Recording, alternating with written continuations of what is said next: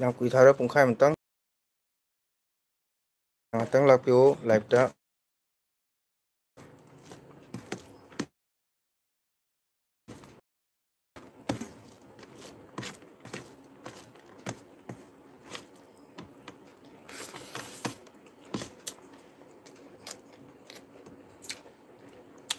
ꯌꯥꯝ ꯆꯥꯛ ꯆꯥꯔꯤ ꯉꯥ ꯊꯣꯡꯕ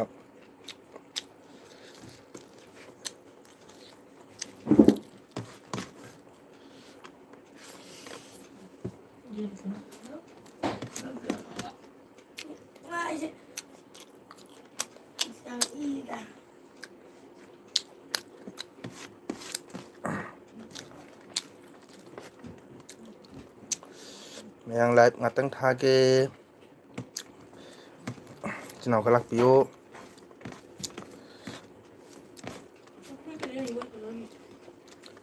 ꯉꯔꯥꯡꯗꯩ ꯉꯧꯕꯤ ꯃꯥꯟꯕꯗꯣ ꯆꯥꯛ ꯆꯥꯕꯅꯤ ꯆꯥꯕ꯭ꯔꯣ? ꯉꯔꯥꯡ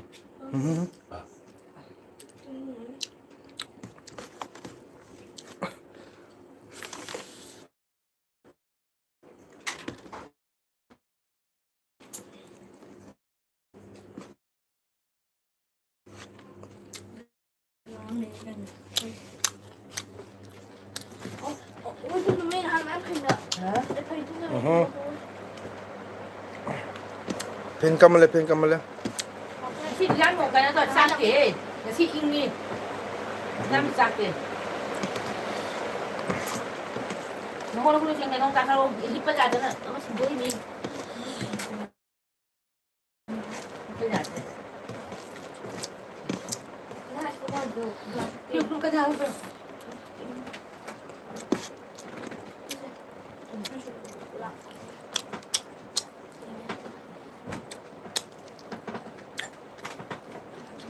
ꯑꯗꯨꯅ ꯑꯣꯏꯅ ꯅꯪ ꯑꯣꯟꯅꯔꯦ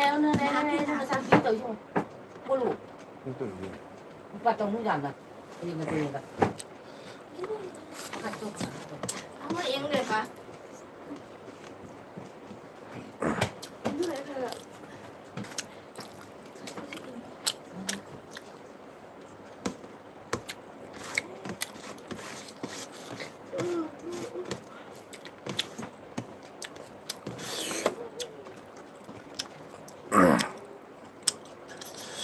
ꯃꯌꯥꯝ ꯂꯥꯛꯇꯤ ꯑꯅꯤ ꯂꯥꯛꯑꯦ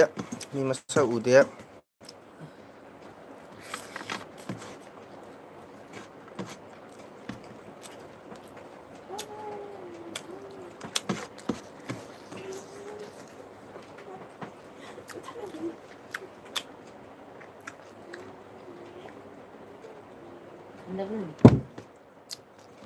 야우야. 맞아 야우야.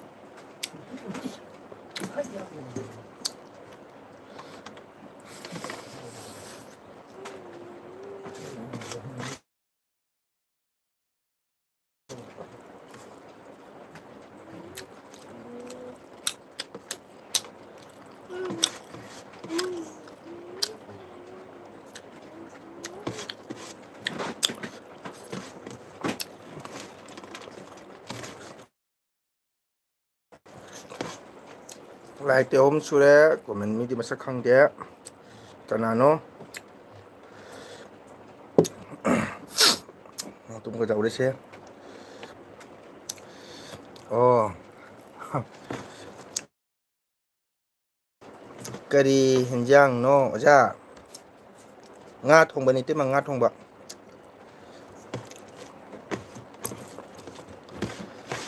ꯍꯩꯇ ꯆꯥꯔꯤ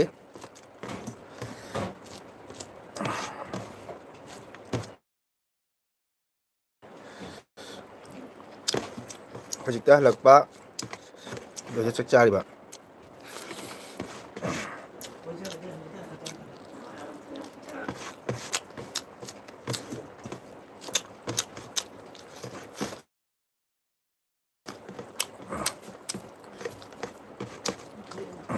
ꯆꯥꯡ ꯈꯔ ꯏꯟꯒꯦ ꯃꯌꯥꯝ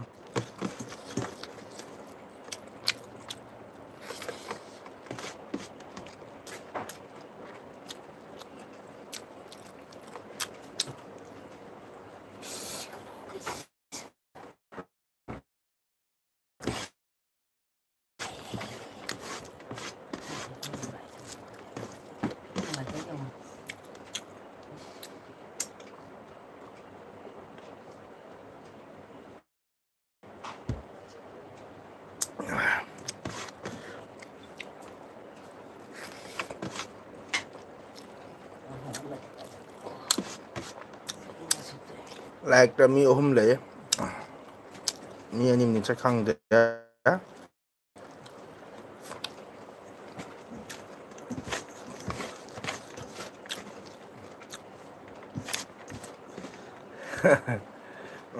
하오이 하오이 nga thùng nó hao이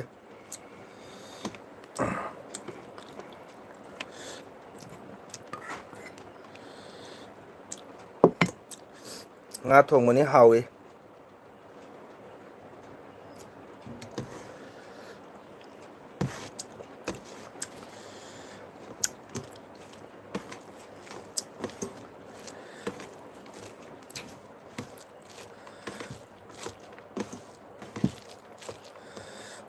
hẹn tăng cùng tôi đã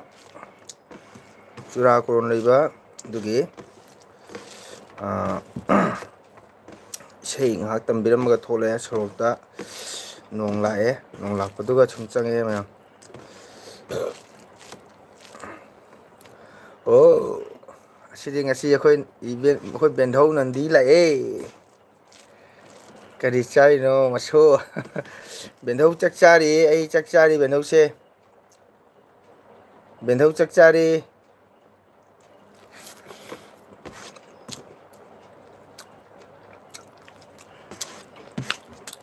akhoi bendhau kai nhang chai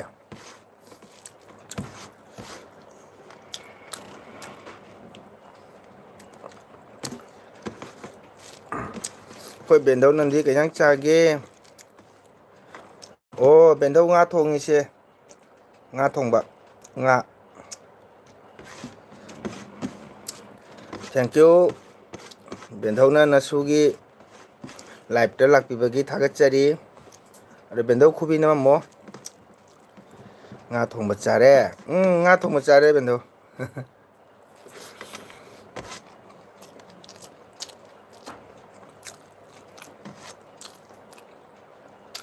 si nga thong ba ni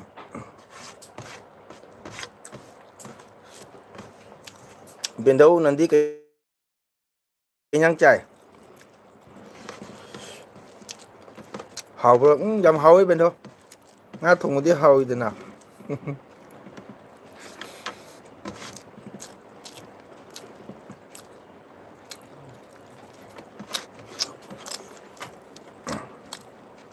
ô bên đó xuống nga thùng bà mà nó nhang mà này đấy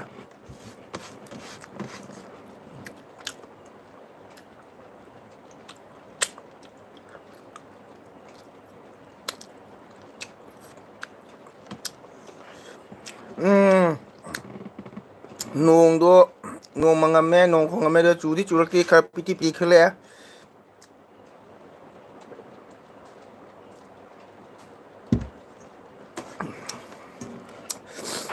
벤더우도 농 주라보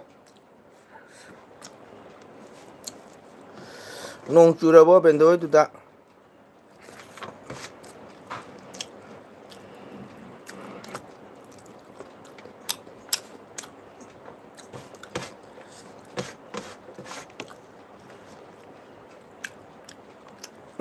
주인의 맛소에 컵 그래 수가 그래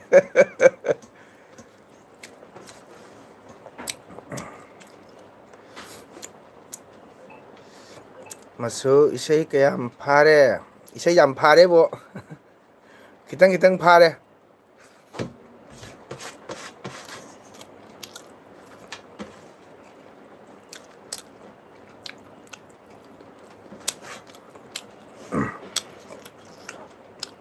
아무당 벤도에도 꼬이라 깬도 봐 마담 방제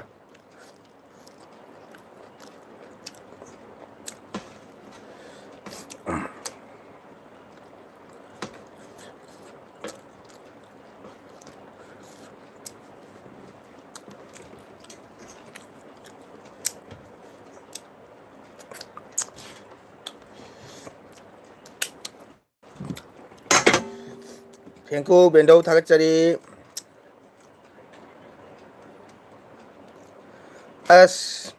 binanang wahi dumahay talibo dumahay am sauninge kari wahi no dobo hajipu siba matamlo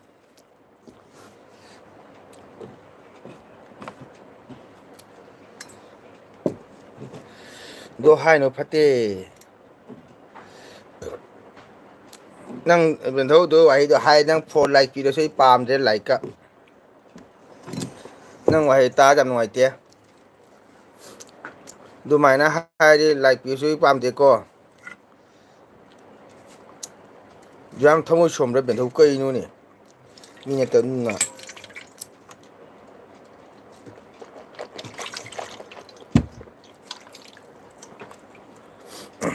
ꯀꯔꯤꯒꯤ ꯋꯥꯈꯜ ꯌꯥꯝ ꯄꯤꯅꯣ ꯏꯁ ꯀꯔꯤꯝ ꯈꯟꯒꯅꯣ ꯍꯥꯏꯕ ꯌꯥꯕ꯭ꯔꯥꯅꯦ ꯑꯗꯨꯃꯥꯏꯅ ꯍꯥꯏꯕ ꯍꯧꯅꯕ꯭ꯔꯣ ꯀꯩꯅꯣ ꯅꯍꯥ ꯑꯣꯏꯔꯤ ꯑꯉꯥꯡ ꯄꯤꯛꯏ ꯃꯌꯥꯝ ꯋꯥꯠꯂꯤ ꯀꯩꯅꯣ ꯑꯩꯈꯣꯏ ꯏꯆꯤꯟ ꯏꯅꯥꯎ ꯃꯌꯥꯝ ꯂꯩꯈꯤꯗꯣꯏ ꯃꯤ ꯆꯦꯟꯅꯦꯜꯗ ꯑꯩꯈꯣꯏ ꯏꯆꯤꯟ ꯏꯅꯥꯎ ꯃꯌꯥꯝ ꯎꯅꯅꯤ ꯅꯣꯡꯃꯗꯤ ꯕꯦꯟꯗꯧꯒꯁꯨ ꯎꯅꯅꯤ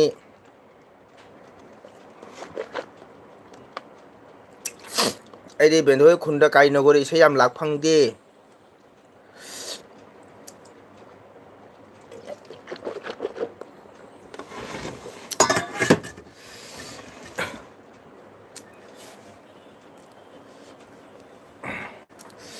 ꯕꯦꯟꯗꯣꯏ ꯑꯗꯨꯒ ꯏꯁꯩ ꯌꯥꯝ ꯂꯥꯛꯄ ꯐꯪꯗꯦ ꯀꯥꯏꯅꯒꯣꯗ ꯁꯨꯝ ꯃꯔꯛ ꯃꯔꯛꯇ ꯂꯥꯛꯑꯦ ꯀꯨꯝꯁꯤꯒꯤꯗꯤ ꯀꯔꯤꯒꯤꯅꯣ ꯑꯗꯨꯝ ꯅꯥꯀꯟꯗꯩꯗꯤ ꯏꯁꯩꯒ ꯍꯥꯏꯔꯛꯄ ꯋꯥꯠꯂꯤꯗ ꯉꯁꯥꯏꯒꯤ ꯀꯥꯏꯅꯒꯔꯒꯤ ꯑꯩꯈꯣꯏ ꯇꯥꯗ ꯄ꯭ꯔꯗꯤꯞ ꯂꯩꯔꯦ ꯑꯗꯒꯤꯗꯤ ꯗꯣꯂꯨꯔꯥꯝꯄꯨꯔꯒꯤ ꯎꯇꯣꯝ ꯂꯩꯔꯦ ꯃꯗꯤ ꯅꯣꯏꯒꯤ ꯕꯣꯔꯈꯥꯆꯥꯟꯄꯨꯔꯒꯤ ꯑꯥꯔ ꯀꯦ ꯂꯩꯔꯦ ꯃꯣꯏꯅ ꯁꯨꯝ ꯁꯛꯄ ꯍꯥꯏꯇꯥꯔꯦꯀꯣ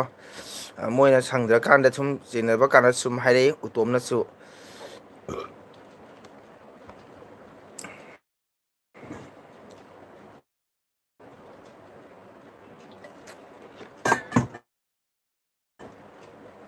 ꯑꯗꯨꯒꯗꯤ ꯖꯣꯇꯤ ꯍꯥꯏꯅ ꯄꯨꯡꯖꯦꯕ ꯃꯆꯤꯟ ꯏꯅꯥꯎ ꯑꯅꯤꯗꯣ ꯃꯣꯏꯅꯁꯨ ꯍꯥꯏꯔꯛꯑꯦ ꯃꯣꯏꯅ ꯍꯥꯏꯔꯛꯄꯗ ꯁꯪꯗꯕꯀꯣ ꯑꯩꯅ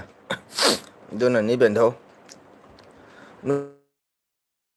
ꯅꯣꯡꯃꯗꯤ ꯏꯁꯩ ꯂꯩꯇꯣꯏ ꯁꯣꯏ ꯂꯥꯛꯀꯅꯤꯗ ꯕꯦꯟꯊꯣꯛꯒ ꯎꯅꯕ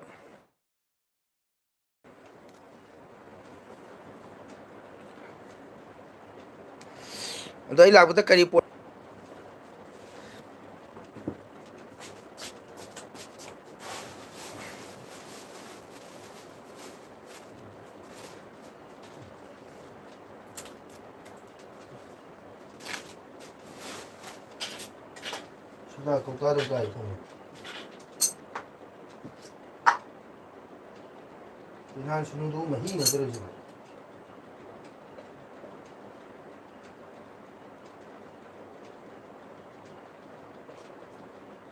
ꯁꯗꯥ ꯀꯧꯇꯥ ꯀꯥꯏꯗꯔꯦ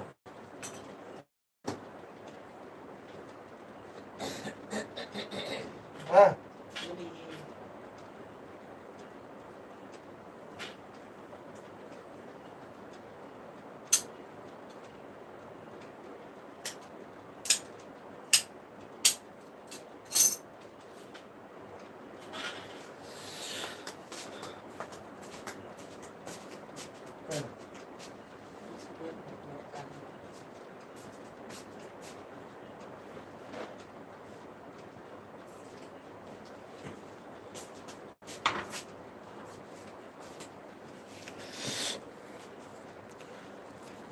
ꯋꯥꯎ ꯋꯥꯎ ꯋꯥꯎ ꯕꯦꯟꯙꯧ ꯅꯟꯗꯤ ꯑꯩ ꯀ꯭ꯋꯥ ꯂꯧꯔꯨꯕꯅꯤ ꯑꯩꯈꯣꯏꯒꯤ ꯏꯆꯟ ꯅꯔꯃꯗꯥ ꯂꯥꯛꯑꯦ ꯊꯦꯡꯀ꯭ꯌꯨ ꯂꯥꯏꯛ ꯇꯧꯕꯤꯔꯛꯄꯒꯤꯗꯃꯛ ꯑꯁ ꯏꯆꯟ ꯅꯟꯗꯤ ꯀꯩꯅꯣ ꯅꯔꯃꯗꯥ ꯉꯁꯥꯏꯅꯦ ꯑꯩ ꯌꯥꯝ ꯄꯦꯜꯂꯛꯇ꯭ꯔꯦꯕꯣ ꯌꯥꯝ ꯅꯨꯡꯉꯥꯏ ꯌꯥꯝ ꯄꯦꯜꯂꯛꯇ꯭ꯔꯦ ꯊꯝꯃꯣꯏꯁꯦ ꯉꯁꯤꯗꯤꯀꯣ ꯕꯣꯜꯖꯨꯗ ꯏꯁꯩ ꯂꯥꯛꯄꯁꯦ ꯌꯥꯝ ꯄꯦꯜꯂꯛꯇ꯭ꯔꯦ ꯉꯁꯤ ꯑꯣ ꯕꯦꯟꯙꯧ ꯅꯟꯗꯤꯅ ꯍꯥꯏꯔꯦ ꯅꯔꯃꯗꯥ ꯏꯇꯥ ꯎꯗꯕ ꯀꯨꯏꯔꯦ ꯑꯩꯈꯣꯏꯒꯤ ꯅꯔꯃꯗꯥꯅꯦ ꯉꯁꯥꯏ ꯏꯁꯩ ꯂꯥꯛꯑꯝꯕꯗꯣ ꯌꯥꯝꯅ ꯄꯦꯜꯍꯟꯗ꯭ꯔꯦꯕꯣ ꯑꯩ ꯅꯨꯡꯉꯥꯏꯇ ꯅꯨꯡꯉꯥꯏꯇ ꯍꯜꯂꯛꯑꯦꯀꯣ ꯀꯩ ꯍꯥꯏꯇꯥꯔꯦ ꯅꯣꯏꯒꯤ ꯏꯆꯤꯟꯍꯟ ꯏꯇꯩꯃ ꯑꯍꯟꯗꯨꯁꯨ ꯎꯅ ꯎꯅ ꯀꯧꯕ ꯐꯪꯉꯛꯇ꯭ꯔꯦ ꯉꯁꯥꯏꯒꯤ ꯏꯁꯩ ꯁꯛꯐꯝꯒ ꯑꯗꯩ ꯅꯣꯏ ꯐꯝꯗꯨꯗ ꯊꯥꯞꯅꯕ ꯑꯗꯒꯤꯗꯤ ꯆꯥꯛ ꯆꯥꯕ ꯆꯪꯉꯛꯄꯗꯁꯨ ꯀꯧꯍꯧꯗ꯭ꯔꯦ ꯑꯗ ꯑꯩꯅ ꯈꯜꯂꯝꯅ ꯆꯥꯛ ꯇꯣꯛꯑꯒꯅꯦ ꯅꯪꯗꯤ ꯆꯥꯛ ꯆꯥꯗꯕꯅꯤꯅ ꯅꯪꯗꯤ ꯐꯝꯂꯤꯕꯅꯤꯅꯀꯣ ꯑꯗ ꯑꯩꯅ ꯈꯜꯂꯦꯕ ꯑꯝꯇ ꯀꯧꯗꯤ ꯀꯧꯔꯝꯃꯒꯦ ꯅꯃꯗꯥꯒ ꯋꯥꯔꯤ ꯈꯔ ꯁꯥꯟꯅꯒꯦꯅ ꯇꯧꯕ ꯑꯗꯩ ꯆꯥꯛꯇꯣ ꯆꯪꯉꯛꯄꯗ ꯀꯃꯨꯛ ꯆꯪꯐꯝ ꯂꯩꯇ꯭ꯔꯦ ꯃꯤ ꯆꯤꯟꯃꯟꯅ ꯑꯗꯨꯒꯗꯤ ꯅꯣꯡ ꯀꯨꯡ ꯈꯣꯡꯉꯛꯄꯩꯗꯣ ꯑꯩꯈꯣꯏ ꯀꯥꯔ ꯄꯣꯔꯛꯄ ꯏꯌꯥꯝꯕꯗꯨꯅ ꯑꯁ ꯅꯣꯡꯒꯤ ꯃꯑꯣꯡ ꯑꯃꯅꯤ ꯆꯠꯂꯁꯤ ꯍꯥꯏꯗꯨꯒ ꯑꯩ ꯁꯨꯝ ꯂꯥꯛꯑꯦ ꯅꯔꯃꯗꯥꯒ ꯋꯥꯔꯤ ꯁꯥꯟꯅꯔꯛꯇꯕ ꯎꯅ ꯋꯥꯔꯤ ꯑꯝꯇ ꯐꯥꯎꯅꯔꯛꯇꯕꯁꯤ ꯌꯥꯝ ꯄꯦꯜꯂꯛꯇ꯭ꯔꯦ ꯉꯁꯤ ꯆꯥꯛ ꯆꯥꯔꯦ ꯅꯃꯗꯥ ꯆꯥꯛ ꯇꯣꯛꯑꯒꯅꯦ ꯑꯩ ꯀ꯭ꯋꯥ ꯂꯧꯔꯨꯕꯅꯤ ꯆꯥꯛ ꯇꯣꯛꯑꯦ ꯅꯔꯃꯗꯥꯗꯤ ꯉꯁꯥꯏ ꯋꯥꯔꯝꯅꯤ ꯄꯨꯡ 3 ꯃꯈꯥꯏ ꯇꯥꯕ ꯆꯥꯛ ꯉꯥꯏꯕꯗ ꯏꯆꯦ ꯅꯟꯗꯤ ꯊꯕꯛ ꯈꯔ ꯀꯟꯕ ꯑꯗꯨꯅꯅꯦ ꯕꯦꯟꯙꯧ ꯅꯟꯗꯤ ꯇꯥꯔꯕ ꯅꯃꯗꯥꯅ ꯍꯥꯏꯌꯦ ꯏꯆꯦ ꯅꯟꯗꯤ ꯊꯕꯛ ꯈꯔ ꯀꯟꯕ ꯑꯗꯨꯅꯅꯦ ꯑꯩꯈꯣꯏ ꯏꯆꯟ ꯅꯔꯃꯗꯥ ꯑꯩꯈꯣꯏ ꯅꯔꯃꯗꯥꯁꯨ ꯃꯈꯣꯡ ꯅꯥꯕ꯭ꯔꯥ ꯈꯪꯗꯦ ꯉꯁꯥꯏ ꯍꯥꯏꯐꯦꯠ ꯁꯦꯛꯀꯨꯝ ꯂꯥꯛꯀꯨꯝ ꯎꯕ ꯉꯁꯥꯏ ꯎꯅꯔꯒ ꯑꯩꯈꯣꯏ ꯌꯨꯇ꯭ꯌꯨꯕꯔ ꯑꯅꯤ ꯎꯅꯔꯒ ꯋꯥꯔꯤ ꯑꯝꯇ ꯁꯨꯅꯔꯛꯇꯕ ꯑꯩ ꯌꯥꯝ ꯄꯦꯟꯗꯦ ꯅꯨꯡꯉꯥꯏꯇꯕ ꯍꯥꯏꯕꯨ ꯈꯪꯕ ꯑꯩ ꯅꯍꯥꯟ ꯅꯨꯡꯗꯥꯡ ꯑꯣꯗꯤꯕꯥꯁ ꯂꯥꯛꯄꯁꯨ ꯀꯂꯥꯗ ꯍꯪꯉꯤ ꯅꯣꯏ ꯌꯨꯝ ꯀꯥꯏꯗꯅ ꯅꯔꯃꯗꯥ ꯏꯆꯥ ꯅꯤꯄꯥꯁꯨ ꯂꯥꯛꯑꯦ ꯀꯧꯕ ꯅꯪꯍꯧꯗ꯭ꯔꯦ ꯎꯅ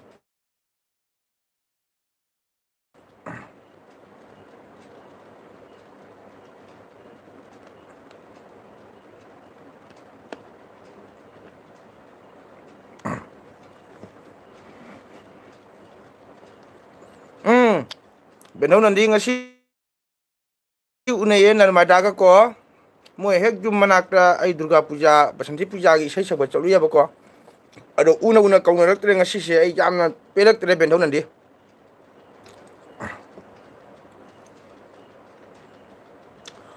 ꯑꯗꯣ ꯕꯦꯟꯙꯧ ꯅꯟꯗꯤ ꯌꯥꯝ ꯄꯦꯜꯂꯛꯇ꯭ꯔꯦ ꯅꯔꯃꯗꯥꯅꯦ ꯃꯥꯏ ꯃꯆꯦ ꯑꯃ ꯏꯇꯩꯃꯗꯨꯅꯦ ꯋꯥꯔꯤ ꯁꯨꯅꯔꯛꯇ꯭ꯔꯦ ꯎꯅ ꯃꯩ ꯃꯅꯥꯛꯇ ꯆꯪꯉꯛꯄ ꯀ꯭ꯋꯥ ꯑꯃꯇ ꯆꯥꯔꯛꯇ꯭ꯔꯦ ꯀꯧꯕꯁꯨ ꯀꯧꯔꯝꯗ꯭ꯔꯦ ꯉꯁꯤꯒꯤ ꯄꯨꯖꯥ ꯃꯐꯝꯗꯨꯁꯨ ꯈꯤꯇꯪ ꯀꯌꯥ ꯊꯦꯡꯕ ꯃꯔꯤ ꯑꯩꯈꯣꯏꯅ ꯏꯁꯩ ꯁꯛꯏꯗꯨꯅ ꯂꯩꯃꯥꯡꯗ ꯅꯔꯃꯗꯥꯒ ꯃꯆꯦ ꯃꯟꯗꯤ ꯄꯦꯜꯂꯛꯇ꯭ꯔꯦ ꯈꯪꯉꯕꯅꯦ ꯃꯇꯥ ꯆꯥ ꯑꯗꯨꯝ ꯐꯪꯅꯕ ꯍꯥꯏꯗꯨꯅꯤ ꯑꯩꯅ ꯈꯜꯂꯨ ꯅꯔꯃꯗꯥꯒ ꯉꯁꯤ ꯏꯆꯤꯟ ꯏꯅꯥꯎ ꯚꯤꯗꯤꯑꯣ ꯂꯧꯃꯤꯟꯅꯒꯦ ꯃꯌꯥꯝꯗꯁꯨ ꯈꯪꯍꯟꯒꯦꯅ ꯇꯧꯕ ꯑꯗꯨꯕꯨ ꯉꯁꯤ ꯑꯩꯈꯣꯏ ꯋꯥꯔꯤ ꯁꯨꯅꯕ ꯇꯝꯃꯝꯗ꯭ꯔ ꯃꯥꯜꯂꯦ ꯑꯣꯍꯣ ꯃꯁꯨ ꯅꯨꯡꯉꯥꯏꯇꯦꯗ ꯃꯅꯦ ꯕꯦꯟꯙꯧ ꯅꯨꯡꯉꯥꯏꯇꯦ ꯑꯩ ꯌꯥꯝ ꯄꯦꯜꯂꯛꯇ꯭ꯔꯦ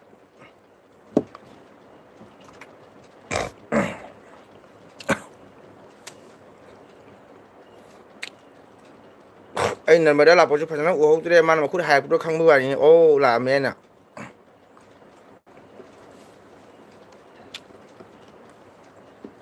ꯑꯗꯣ ꯎꯅ ꯋꯥꯔꯤꯃꯛ ꯁꯨꯅꯍꯧꯗ꯭ꯔꯦ ꯈꯪꯉꯕ ꯕꯦꯟꯙꯧ ꯅꯟꯗꯤꯅ ꯑꯣꯍꯣ ꯅꯔꯃꯗꯥ ꯍꯥꯏꯌꯦ ꯑꯗꯨꯅꯤ ꯕꯦꯟꯙꯧ ꯌꯥꯝ ꯅꯨꯡꯉꯥꯏꯇꯦ ꯉꯁꯤ ꯋꯥꯔꯤ ꯑꯝꯇ ꯁꯨꯅꯔꯛꯇ꯭ꯔꯦ ꯎꯅꯔꯒ ꯃꯣꯕꯥꯏꯜꯗꯕꯨꯗꯤ ꯎꯅꯕꯀꯣ ꯑꯗꯨꯒ ꯉꯁꯥꯏꯒꯤ ꯗꯥꯏꯔꯦꯛ ꯎꯅꯔꯒ ꯑꯩꯈꯣꯏ ꯌꯨꯇ꯭ꯌꯨꯕꯔ ꯃꯁꯦꯜ ꯎꯅꯔꯒ ꯋꯥꯔꯤ ꯁꯨꯅꯔꯛꯇꯕꯗꯣ ꯈꯤꯇꯪ ꯅꯨꯡꯉꯥꯏꯍꯧꯗꯕ ꯍꯥꯏꯇꯥꯔꯦꯀꯣ ꯍꯣꯏ ꯃꯇꯝ ꯐꯪꯕꯗ ꯃꯇꯝ ꯆꯥꯔꯒ ꯑꯃꯨꯛ ꯅꯔꯃꯗꯥ ꯑꯩ ꯑꯃꯨꯛꯀ ꯑꯃꯨꯛ ꯒ꯭ꯋꯥꯟꯖꯨꯗ ꯏꯁꯩ ꯂꯥꯛꯀꯅꯤ ꯃꯦꯒꯤ ꯇꯥꯡ 6 ꯅꯔꯃꯗꯥ ꯂꯩꯔꯤꯕ꯭ꯔꯥ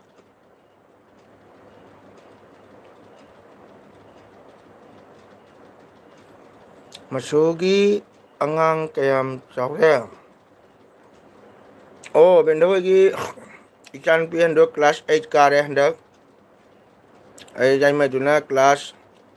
4 ꯇꯨꯅꯨ ꯀ꯭ꯂꯥꯁ 4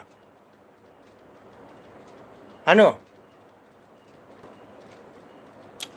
ꯑꯅꯨ ꯇꯣꯅꯨ ꯀ꯭ꯂꯥꯁ 4 ꯀꯥꯔꯤ ꯅꯠꯇ꯭ꯔꯥ ꯑꯇꯣꯝꯕꯤꯗꯨꯅ ꯀ꯭ꯂꯥꯁ 1 ꯀꯥꯔꯦ ꯕꯦꯟꯙꯧ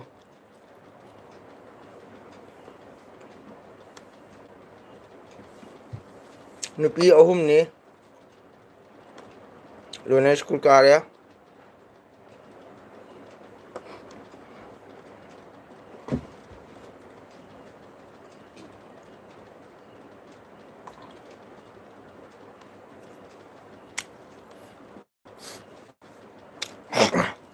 ꯑꯩꯈꯣꯏ ꯅꯔꯃꯗꯥ ꯂꯩꯕ ꯈꯪꯗꯦꯅꯦ ꯑꯩ ꯃꯦꯒꯤ ꯇꯥꯡ 6 ꯒ꯭ꯋꯥꯟꯖꯨꯗ ꯐꯤꯔꯣꯏ ꯂꯥꯛꯀꯅꯤꯀꯣ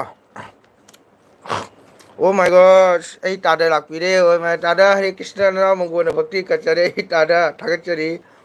matam suk theng asiga nanau na elbit hawada tada lakpire me. Hare Krishna, ngasi nabami puja gi isai karamba khunda chalu bage. Tada ai gwalju da chalu gwalju haibdi kano gwalju hadi gwanju habdo. Moi khunda semje gwalju hai ko ado men gwanju kalai khunda ne. Ai nabami gi isai sebo chalu tada ai hai live thagi bani ko. Benhau nandi nai ba. Nupi ohom oima lore. Benhau gi dik ya no. Khoi tada lalu chak kanyang chai.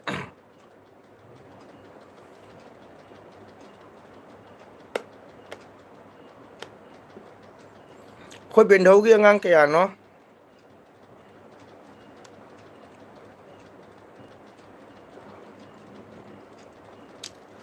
Nupi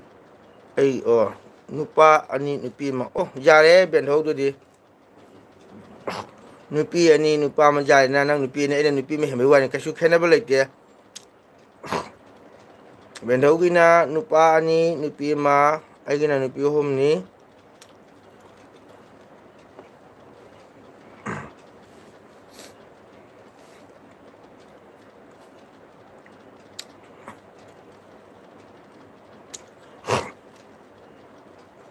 Oh, taro khong nai oh kamai tu salu ja lo. Aduni da na madang sai ne khamra tam go ne jam nungai te khang ba ai kam ngai te khamra ai nungai te na hale ngasi ka da lak pa da koi na hai mi as ngasi ai tu ba unar ga ne ai wari sa ba phangak tre jam nungai te hai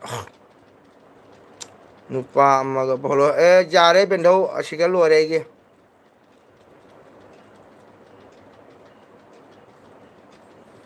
ai amtang lakhini bendau kali no go da bendau na ba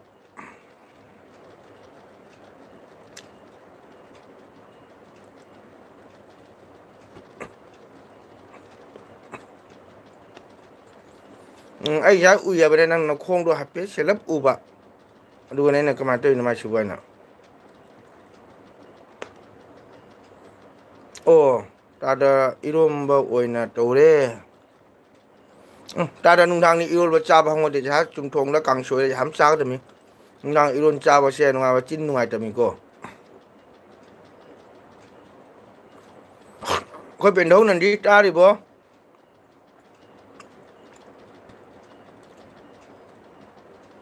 kai lạc kanu ikai nang lạc là đi ai lột kani cột manung da hajing na haido bani na idea yang la na chani pa hangani mama le bra ha mama le te ai na ni chalu mama do konung da le bani ai na hai la ne ne ben do khamba ai hai do konung da le bani mama do kok thuru hai ben do na pa ma chapam hai do ta do ai khoi na ta ni na kona chage alapagi mi hana charasunu haina na kona chabane hoya ba kona bu chabane aduga cha da bang sagi nang unaraga sai ka tare aina jana wari sanang hai tare nang ne dam gun ka ta seng hare di youtube channel se sum pai ba ta ne gi ko video download to ba upload to ba ma di asita ne na to ba khama jana khangdam ne ne nang siwai kitang sanage haina khalamba dedi una wari sana phangtab se ai jam pelak ta bahai ta ngasi se no iche man nahan odibas su lak progan du sum ko phangau da ba ko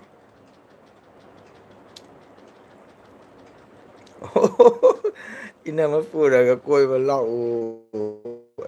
khoi dai hoi na ektra ga la lo de karino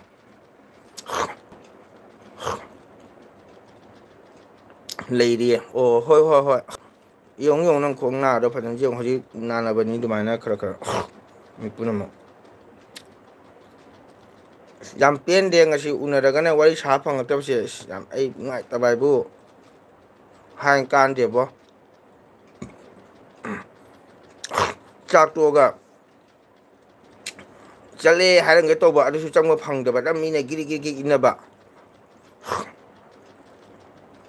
ꯃꯦꯒꯤ date 3ꯇ ꯀꯅꯥꯒꯤꯗꯅꯣ ꯂꯥꯛꯇꯣꯏꯗꯣ ꯀꯂꯥ ꯍꯣꯏꯗꯥꯏꯗ ꯍꯣꯏ ꯃꯥꯜꯂꯦ ꯉꯁꯥꯏ ꯑꯍꯟ ꯅꯨꯃꯤꯠꯅ ꯀꯥꯎꯈ꯭ꯔꯦ ꯑꯣꯖꯥ ꯑꯣꯏ ꯃꯥꯜꯂꯦꯀꯣ ꯉꯁꯥꯏꯒꯤ ꯏꯁꯩ ꯁꯛꯄꯗ ꯑꯩ ꯅꯥꯛꯇꯨꯒꯤ ꯅꯥꯀꯟꯗ ꯅꯤꯄꯥ ꯂꯋꯥꯏ ꯇꯥꯡꯕ ꯑꯃ ꯏꯁꯩ ꯁꯛꯄꯗꯣ ꯈꯣꯟꯁꯤꯗ ꯁꯛꯄꯗꯣ ꯃꯥꯒ ꯈꯪꯅꯕ ꯑꯗꯨ ꯃꯥꯒ ꯋꯥꯔꯤ ꯁꯥꯟꯅꯕ ꯑꯍꯜ ꯑꯃ ꯌꯥꯎꯕꯗꯣ ꯑꯍꯟꯗꯣ ꯃꯃꯤꯡꯗꯣ ꯀꯥꯎꯔꯦ ꯉꯁꯥꯏ ꯑꯣꯖꯥꯅꯤ ꯍꯥꯏꯕꯅꯤꯅ ꯀꯂꯥ ꯍꯣꯏꯗꯥꯏꯗꯅꯤ ꯍꯥꯏ ꯑꯩꯁꯨ ꯈꯪꯗꯦ ꯃꯃꯤꯡꯗꯣ ꯀꯥꯎꯔꯦ ꯁꯥꯔ ꯃꯣꯏ ꯍꯥꯏꯅꯕꯗ ꯃꯦꯒꯤ ꯇꯥꯡ 3ꯇꯅꯦ ꯑꯩ ꯏꯁꯩ ꯁꯛꯄ ꯂꯥꯛꯀꯅꯤ ꯐꯤꯔꯣꯏ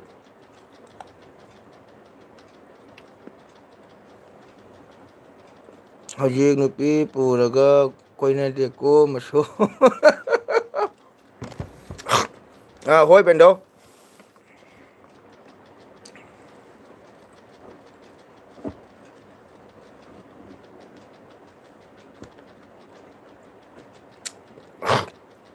ꯑꯗꯣ ꯑꯩꯈꯣꯏ ꯕꯦꯟꯗꯣ ꯋꯥꯈꯜ ꯊꯃꯣꯏ ꯌꯥꯝ ꯄꯤꯀꯣ ꯑꯗꯨꯃꯥꯏꯅ ꯈꯟꯒꯅꯨ ꯐꯠꯇꯦ ꯑꯅꯥꯕ ꯑꯌꯦꯛꯄ ꯄꯟꯒꯅꯨ ꯐꯠꯇꯦ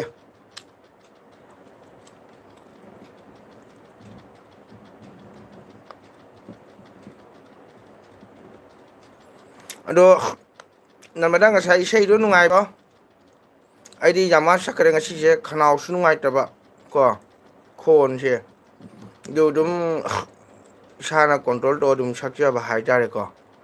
ꯏꯁꯩꯗꯣ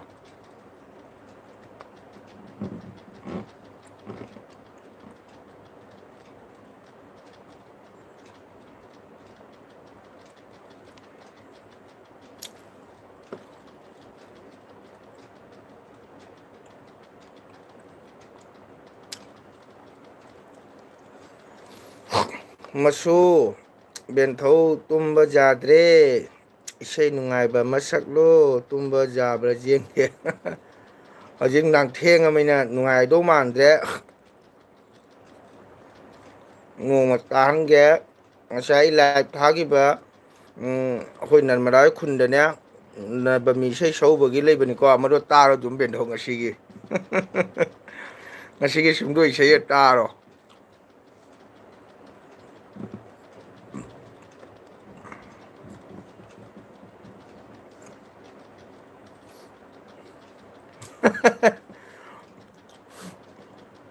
ꯕꯦꯟꯊꯧ ꯍꯥ ꯍꯥ ꯍꯥ ꯍꯥ ꯅꯣꯛꯂꯛꯑꯦ ꯈꯤꯇꯪ ꯉꯜꯂꯝꯃꯗꯤ ꯇꯥꯍꯟꯕ ꯌꯥꯕꯅꯦ ꯉꯔꯥꯡꯁꯨ ꯑꯩ ꯂꯥꯏꯚ ꯊꯥꯕꯅꯤ ꯑꯗꯨꯒꯁꯨ ꯏꯁꯩ ꯂꯩꯕꯅꯤ ꯕꯦꯟꯊꯧ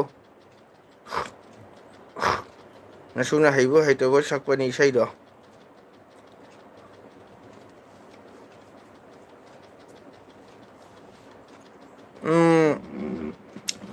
ꯑꯩ ꯕꯦꯟꯊꯧ ꯅꯟꯗꯤꯗ ꯋꯥ ꯑꯃ ꯍꯪꯒꯦꯅꯦ ꯃꯣꯏ ꯒꯨꯒꯜ ꯄꯤꯟ ꯀꯥꯏꯗꯣ ꯕꯦꯟꯊꯧꯒꯤ ꯂꯥꯛꯑꯕꯣ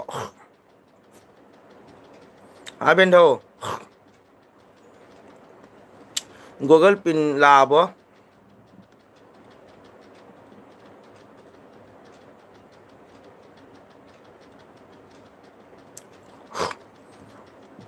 ꯕꯦꯟꯊꯧ ꯑꯩꯅ ꯂꯥꯏꯚ ꯊꯥꯏꯗꯣ ꯁꯣꯔꯥꯠ ꯅꯠꯇꯦꯀꯣ ꯅꯕꯃꯤ ꯗꯨꯔꯒꯥ ꯄꯨꯖꯥꯅꯦ ꯉꯁꯥꯏꯒꯤ ꯐꯝꯃꯒ ꯁꯛꯄꯅꯤꯅꯅꯦ ꯁꯨꯝ ꯃꯣꯕꯥꯏꯜꯗꯣ ꯏꯅꯥꯛꯇ ꯊꯝꯃ ꯁꯨꯝ ꯊꯥꯕ ꯁꯣꯔꯥꯠꯇꯗꯤ ꯇꯧꯗꯦꯗ ꯑꯣ ꯕꯦꯟꯊꯧꯒꯤ ꯂꯥꯛꯇ꯭ꯔꯤ ꯑꯗꯣ ꯕꯦꯟꯊꯧꯒꯤ ꯉꯁꯥꯏꯒꯤ ꯒꯨꯒꯜ ꯄꯤꯟꯁꯦ ꯑꯦꯄ꯭ꯂꯥꯏ ꯇꯧꯈ꯭ꯔꯕꯣ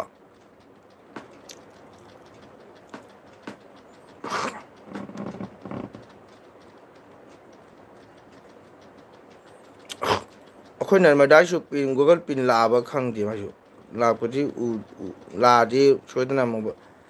ꯎꯕ ꯐꯪꯒꯅꯤ ꯑꯗꯨ ꯎꯕ ꯐꯪꯗꯤ ꯂꯥꯛꯑꯕ ꯂꯥꯛꯇ꯭ꯔꯤꯕ ꯈꯪꯗꯦ ꯑꯩꯈꯣꯏ ꯅꯔꯃꯗꯥꯏꯁꯨ ꯒꯨꯒꯜ ꯄꯤꯟ ꯑꯦꯄ꯭ꯂꯥꯏ ꯇꯧꯈ꯭ꯔꯕ ꯕꯦꯟꯊꯧ ꯐꯖꯅ ꯈꯪꯗꯦꯗ ꯃꯤꯅ ꯁꯨꯝ ꯇꯧꯅꯩꯑꯅ ꯁꯨꯝ ꯑꯩꯅ ꯉꯁꯥꯏꯒꯤ ꯌꯨꯇ꯭ꯌꯨꯕꯁꯦꯀꯣ ꯑꯩꯅ ꯍꯦꯛ ꯄꯥꯏꯔꯨꯗꯦ ꯌꯥꯝ ꯅꯨꯡꯉꯥꯏꯖꯕ ꯑꯩꯉꯣꯟꯗꯅꯦ ꯑꯗꯨꯒ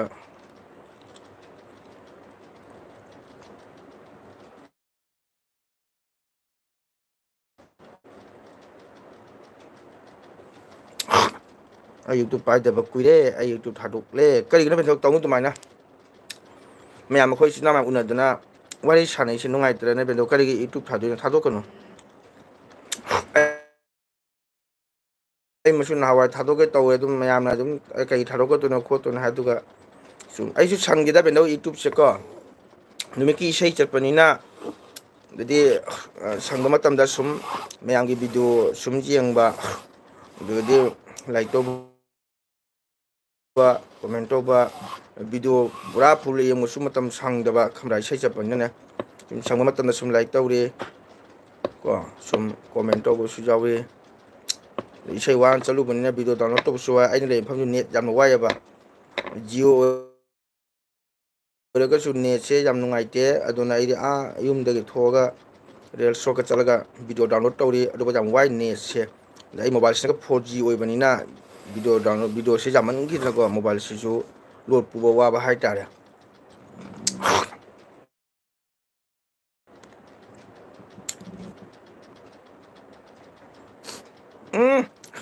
ꯑꯩꯈꯣꯏꯅ ꯃꯗ ꯍꯥꯏ ꯇꯥꯎꯅ ꯕꯦꯟꯗꯧ ꯇꯥꯗꯣꯃꯒꯣꯜ ꯑꯩꯁꯨ ꯏꯠꯇꯨ ꯃꯔꯝꯗ ꯈꯪꯗꯦ ꯀꯥꯏ ꯅꯣꯂꯦꯖꯁꯨ ꯃꯥꯁꯦ ꯍꯥꯏꯁꯟꯅꯔꯤꯃꯤꯁꯦ ꯅꯔꯃꯗꯥ ꯄꯨꯔꯥ ꯑꯦꯛꯁꯄꯤꯔꯤꯌꯦꯟꯁ ꯑꯣꯏꯕ ꯃꯤꯅꯤ ꯃꯥꯛꯇꯤ ꯕꯦꯟꯗꯧꯇꯤ ꯀꯩꯝ ꯌꯦꯡꯉꯨ ꯅꯔꯃꯗꯥꯒꯤꯅꯦ ꯃꯥꯒꯤ ꯁꯣꯔꯠ ꯚꯤꯗꯤꯑꯣ ꯌꯦꯡꯉꯨ ꯅꯪ ꯄꯨꯛꯂꯤ ꯄꯥꯏꯅ ꯁꯤꯗꯣꯔꯤꯃꯤ ꯑꯩꯈꯣꯏ ꯅꯔꯃꯗꯥꯒꯤꯅꯦ ꯐꯨꯜ ꯚꯤꯗꯤꯑꯣ ꯌꯦꯡꯉꯨꯅꯨ ꯕꯦꯟꯗꯧ ꯃꯥꯒꯤ ꯁꯣꯔꯠ ꯚꯤꯗꯤꯑꯣꯗꯨꯗ ꯁꯨꯝ ꯌꯦꯡꯈ꯭ꯔꯣ ꯍꯧꯖꯤꯛ ꯑꯝꯇꯪ ꯌꯦꯡꯉꯨ ꯃꯥꯒꯤ ꯁꯣꯔꯠ ꯚꯤꯗꯤꯑꯣꯗ ꯅꯪ ꯅꯣꯛꯅ ꯄꯨꯛꯂꯤ ꯄꯥꯏ ꯅꯪ ꯑꯩ ꯏꯁꯩ ꯇꯥꯗ꯭ꯔꯁꯨ ꯌꯥꯅꯤ ꯃꯥꯒꯤ ꯁꯣꯔꯠ ꯚꯤꯗꯤꯑꯣꯗ ꯑꯝꯇꯪ ꯌꯦꯡꯉꯨ ꯆꯪꯉꯒ ꯕꯦꯟꯗꯧ ꯅꯪꯗꯤ ꯂꯩꯔꯗꯤ ꯍꯧꯖꯤꯛ ꯂꯩꯅꯅꯦ ꯅꯔꯃꯗꯥꯒꯤ ꯆꯦꯅꯦꯜ ꯆꯪꯉꯒꯅꯦ ꯃꯥꯒꯤ ꯁꯣꯔꯠ ꯚꯤꯗꯤꯑꯣꯗ ꯑꯝꯇꯪ ꯌꯦꯡꯉꯨ ꯕꯦꯟꯗꯧꯅ ꯅꯪ ꯅꯣꯛꯄꯗ ꯄꯨꯛꯂꯤ ꯄꯥꯏ ꯁꯤꯅꯤ ꯅꯪ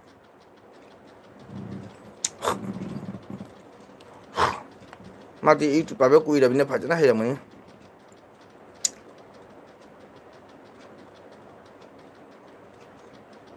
ꯑꯣ ꯑꯗꯨꯗꯤ ꯃꯃꯥꯡꯗꯅꯤ ꯇꯥꯗꯣ ꯀꯂꯥ ꯍꯥꯏꯗꯣ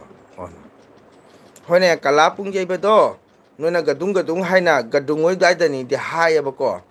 ꯑꯗꯣ ꯑꯍꯟ ꯃꯃꯤꯡ ꯈꯪꯗꯕ ꯀꯂꯥꯗꯣ ꯑꯩꯈꯣꯏꯅ ꯅꯣꯏ ꯒꯗꯪ ꯍꯥꯏꯕꯗꯣ ꯒꯨꯗꯨꯡꯗꯣ ꯑꯩꯈꯣꯏꯅ ꯀꯂꯥ ꯍꯥꯏ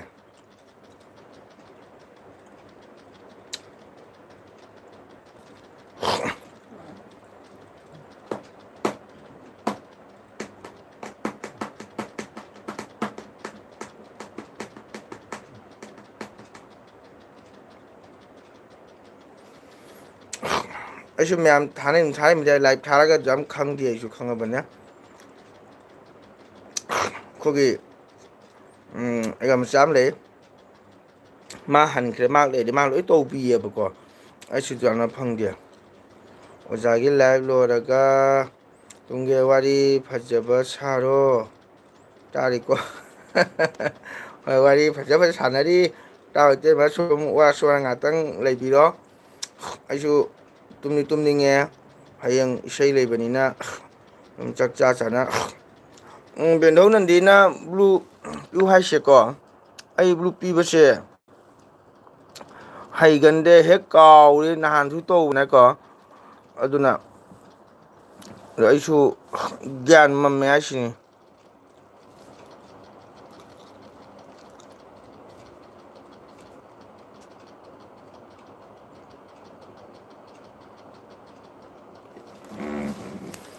ꯃꯁꯨꯗꯤ ꯏꯁꯩ ꯁꯛꯄꯗ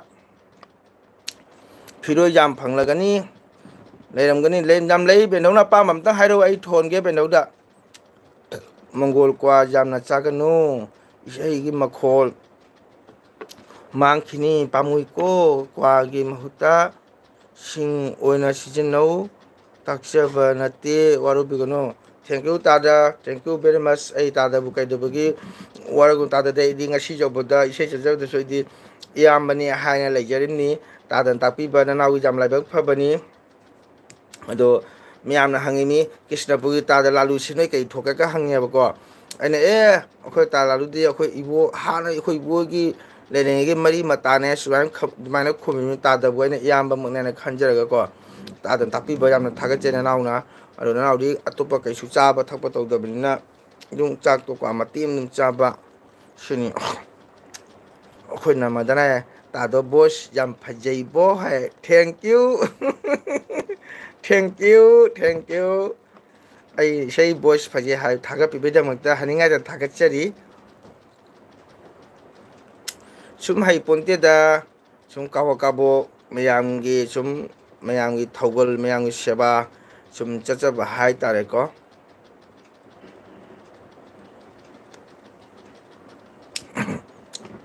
ꯁꯥꯝꯒꯤ ꯄ꯭ꯔꯦꯝꯅ ꯆꯥꯛꯂꯕꯤꯅꯤ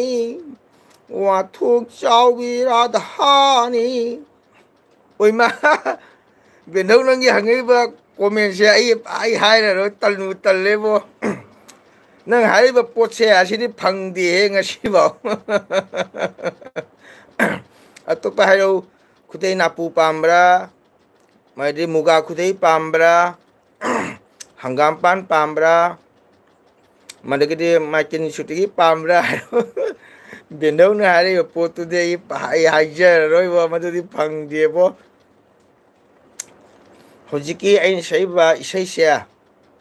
ꯑꯩꯈꯣꯏꯒꯤ ꯕꯦꯟꯗꯧꯁꯨ ꯑꯩꯈꯣꯏ ꯆꯟꯅꯟ ꯃꯗꯥꯁꯨ ꯑꯩꯈꯣꯏ ꯇꯥꯗꯗꯤ ꯅꯝ ꯇꯥꯕꯅꯤ ꯃꯥꯅ ꯈꯪꯒꯅꯤꯀꯣ ꯑꯗꯒꯤ ꯑꯩꯅ ꯁꯛꯏꯕ ꯍꯧꯖꯤꯛ ꯁꯥꯝ ꯄ꯭ꯔꯦꯝꯁꯦ ꯔꯥꯙꯥꯅ ꯀ꯭ꯔꯤꯁꯅ ꯃꯕꯨꯡꯉꯣꯏꯗꯃꯛꯇ ꯋꯥꯖꯕ ꯍꯥꯏꯇꯥꯔꯦꯀꯣ ꯉꯁꯥꯏꯒꯤ ꯀ꯭ꯔꯤꯁꯅꯁꯦ ꯉꯔꯥꯡꯇ ꯐꯪꯉꯔꯒꯁꯨ ꯑꯩꯈꯣꯏ ꯏꯇꯩꯃꯅ ꯍꯥꯏꯕ ꯉꯁꯤ ꯒ꯭ꯋꯥꯟꯖꯨꯔꯒꯤ ꯐꯤꯔꯣꯏꯗꯣ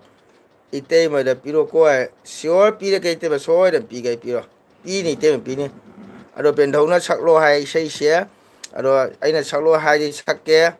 ꯑꯩꯗꯤ ꯌꯨꯇꯨꯕ ꯊꯥꯗꯣꯛꯑꯣꯏ ꯍꯅꯨꯕꯤ ꯐꯥꯕ ꯐꯥꯎꯕ ꯇꯧꯅꯤ ꯑꯩꯈꯣꯏꯅ ꯃꯥꯏꯅ ꯍꯥꯏꯕ ꯕꯦꯟꯙꯧ ꯃꯥ ꯌꯨꯇꯨꯕ ꯊꯥꯗꯣꯛꯑꯣꯏ ꯌꯥꯏꯌꯦ ꯍꯅꯨꯕꯤ ꯐꯥꯕ ꯐꯥꯎꯕ ꯇꯧꯅꯤ ꯃꯥꯒꯤ ꯇꯧꯈꯤꯅꯤ ꯈꯪꯉꯤ ꯑꯗꯨꯅꯤ ꯕꯦꯟꯙꯧ ꯍꯥꯏꯁꯦ ꯃꯥ ꯇꯧꯅꯤ ꯍꯥꯏꯁꯦ ꯑꯝꯇꯪ ꯑꯩꯈꯣꯏ ꯏꯆꯟ ꯅꯔꯃꯗꯥꯒꯤꯅꯦ ꯆꯦꯅꯦꯜ ꯆꯪꯉꯒꯅꯦ ꯃꯥꯒꯤ ꯁꯣꯔꯠ ꯚꯤꯗꯤꯑꯣꯗꯣ ꯑꯝꯇꯪ ꯌꯦꯡꯉꯨ ꯕꯦꯟꯙꯧ ꯅꯟꯗꯤ ꯑꯇꯩ ꯀꯔꯤꯝ ꯌꯦꯡꯉꯨꯅꯨꯀꯣ ꯃꯥꯏ ꯐꯨꯜ ꯚꯤꯗꯤꯑꯣꯗꯣ ꯀꯣꯟꯅ ꯌꯦꯡꯉꯨ ꯍꯥꯟꯅ ꯃꯥꯒꯤ ꯁꯣꯔꯠ ꯚꯤꯗꯤꯑꯣꯗꯣ ꯑꯝꯇꯪ ꯌꯦꯡꯉꯨ ꯕꯦꯟꯙꯧ ꯅꯪ ꯂꯥꯏꯛ ꯇꯧ ꯑꯗꯨꯒ ꯑꯝꯇꯪ ꯌꯦꯡꯉꯨ ꯅꯪꯒꯤ ꯃꯥꯏ ꯁꯣꯔꯠ ꯚꯤꯗꯤꯑꯣ ꯅꯣꯛꯅ ꯁꯤꯅꯤꯀꯣ ꯑꯗꯨꯅ ꯕꯦꯟꯙꯧ ꯍꯧꯖꯤꯛ ꯑꯩꯅ ꯁꯛꯀꯗꯣꯏ ꯏꯁꯩꯁꯦ ꯔꯥꯙꯥꯅ ꯃꯕꯨꯡꯉꯣ ꯀ꯭ꯔꯤꯁꯅꯗꯃꯛꯇ ꯋꯥꯖꯕ ꯍꯥꯏꯗꯤ ꯅꯣꯡꯇ ꯎꯔꯒꯁꯨꯀꯣ ꯂꯃꯈꯥꯡꯗ ꯎꯅꯔꯒꯁꯨ ꯅꯣꯡꯃ ꯎꯍꯧꯗꯗꯤ ꯉꯝꯖꯗꯕ ꯃꯗꯒꯤꯗꯤ ꯃꯕꯨꯡꯉꯣꯏ ꯈꯣꯟꯖꯦꯜ ꯇꯥꯍꯧꯗꯗꯤ ꯂꯩ ꯉꯝꯖꯗꯕ ꯔꯥꯙꯥꯅ ꯑꯗꯨꯅꯤ ꯁꯥꯝꯒꯤ ꯄ꯭ꯔꯦꯝꯅ ꯆꯥꯛꯂꯕꯤꯅꯤ ꯋꯥꯊꯣꯛ ꯆꯥꯎꯕꯤ ꯔꯥꯙꯥꯅꯤ ꯄꯥꯡꯒꯜꯁꯨ ꯁꯣꯂꯕꯤꯅꯤ ꯃꯤꯅꯣꯛ ꯆꯥꯎꯕꯤ ꯔꯥꯙꯥꯅꯤ ꯁꯥꯝꯒꯤ ꯄ꯭ꯔꯦꯝꯅ ꯆꯥꯛꯂꯕꯤꯅꯤ ꯋꯥꯊꯣꯛ ꯆꯥꯎꯕꯤ ꯔꯥꯙꯥꯅꯤ ꯁꯤꯁꯦ ꯔꯥꯙꯥꯅ ꯀ꯭ꯔꯤꯁꯅꯗ ꯍꯥꯏꯔꯤꯕꯅꯦ ꯕꯦꯟꯙꯧ ꯅꯟꯗꯤ ꯇꯥꯕ꯭ꯔꯣ ꯍꯥꯏꯗꯤ ꯔꯥꯙꯥꯁꯤꯅ ꯃꯕꯨꯡꯉꯣ ꯀ꯭ꯔꯤꯁꯅꯗꯃꯛꯇ ꯈꯟꯖꯕꯁꯦ ꯈꯨꯜꯂꯛ ꯍꯥꯏꯗꯤ ꯃꯥꯒꯤ ꯂꯩꯔꯤꯕ ꯈꯨꯟꯗꯣ ꯃꯁꯨ ꯚꯥꯂꯣ ꯚꯥꯂꯣ ꯚꯥꯂꯣ ꯍꯥꯏꯅꯣꯂꯦ ꯉꯁꯥꯏꯒꯤ ꯃꯥꯅ ꯀ꯭ꯔꯤꯁꯅꯗꯃꯛ ꯉꯥꯎꯖꯕꯁꯦ ꯕ꯭ꯔꯖꯗ ꯂꯩꯔꯤꯕ ꯒꯣꯄꯤ ꯃꯌꯥꯝꯁꯨ ꯉꯥꯡꯅꯕ ꯔꯥꯙꯥꯁꯦ ꯀ꯭ꯔꯤꯁꯅꯗ ꯉꯥꯎꯔꯤ ꯍꯥꯏꯅ ꯔꯥꯙꯥꯅ ꯃꯕꯨꯡꯉꯣ ꯀ꯭ꯔꯤꯁꯅꯒꯤ ꯄ꯭ꯔꯦꯝꯅ ꯉꯥꯎꯖꯕ ꯃꯕꯨꯡꯉꯣ ꯀ꯭ꯔꯤꯁꯅꯒꯤ ꯅꯣꯡꯃ ꯎꯍꯧꯗꯗꯤ ꯃꯕꯨꯡꯉꯣ ꯀ꯭ꯔꯤꯁꯅꯒꯤ ꯈꯣꯟꯖꯦꯜ ꯇꯥꯍꯧꯗꯗꯤ ꯂꯩꯕ ꯉꯝꯖꯗꯕꯀꯣ ꯑꯗꯨꯅꯤꯗ ꯔꯥꯙꯥꯅ ꯀꯞꯆꯕꯀꯣ ꯑꯩꯈꯣꯏ ꯃꯁꯤ ꯑꯄꯥꯟꯕ ꯌꯥꯎꯒꯅꯤ ꯑꯩꯈꯣꯏ ꯕꯦꯟꯙꯧ ꯄꯥꯝꯕ꯭ꯔꯥ ꯀꯩꯅꯣ ꯚꯥꯂꯣ ꯚꯥꯂꯣ ꯍꯥꯏꯌꯦ ꯁꯥꯝꯒꯤ ꯄ꯭ꯔꯦꯝꯅ ꯆꯥꯛꯂꯕꯤꯅꯤ ꯋꯥꯊꯣꯛ ꯆꯥꯎꯕꯤ ꯔꯥꯙꯥꯅꯤ ꯄꯥꯡꯒꯜꯁꯨ ꯁꯣꯂꯕꯤꯅꯤ ꯃꯤꯅꯣꯛ ꯆꯥꯎꯕꯤ ꯔꯥꯙꯥꯅꯤ ꯌꯥꯝ ꯐꯖꯈ꯭ꯔꯦ ꯄꯨꯄꯨꯒꯤ ꯏꯁꯩꯁꯦ ꯊꯦꯡꯀ꯭ꯌꯨ ꯑꯣ ꯃꯥꯏ ꯒꯣꯗ ꯑꯩꯒꯤ ꯏꯁꯨꯅꯨꯄꯤ ꯁꯨꯔꯤꯌꯥ ꯄꯤꯔꯥꯜ ꯂꯝꯖꯤꯡꯕꯤ ꯂꯥꯛꯑꯦ ꯆꯅꯨ ꯃꯁꯨ ꯀꯃꯥꯏ ꯇꯧꯔꯤ ꯅꯪ ꯆꯥꯛ ꯏꯁꯤꯡ ꯆꯥꯔꯕꯣ ꯅꯪ ꯍꯧꯖꯤꯛ ꯀꯔꯤ ꯃꯄꯥꯟꯗ ꯂꯩꯔꯤꯀꯣ ꯂꯥꯏꯔꯤꯛ ꯐꯖꯅ ꯇꯝꯃꯨ ꯄꯨꯄꯨꯒꯤ ꯆꯦꯅꯦꯜ ꯂꯥꯛꯄ ꯏꯁꯨꯕꯨ ꯊꯥꯒꯠꯆꯔꯤ ꯂꯥꯏꯔꯤꯛ ꯐꯖꯅ ꯇꯝꯃꯨ ꯍꯌꯦꯡ ꯃꯇꯤꯛ ꯆꯥꯕ ꯃꯤ ꯑꯃ ꯑꯣꯏꯅꯕꯀꯣ ꯑꯗꯨꯅꯤ ꯄꯨꯄꯨꯅ ꯍꯥꯏꯒꯗꯕꯗꯤ ꯑꯇꯩ ꯀꯩꯁꯨ ꯂꯩꯇꯦ ꯃꯁꯨꯗꯤ ꯃꯔꯝ ꯃꯣꯛꯄꯤꯅꯤ ꯃꯁꯨꯒꯤ ꯑꯣꯖꯥ ꯀꯅꯥꯅꯣ ꯌꯥꯔꯦꯅꯦ ꯕꯦꯟꯙꯧ ꯅꯪ ꯀꯞꯄꯗꯤ ꯑꯩ ꯏꯁꯩ ꯁꯛꯑꯔꯣꯏ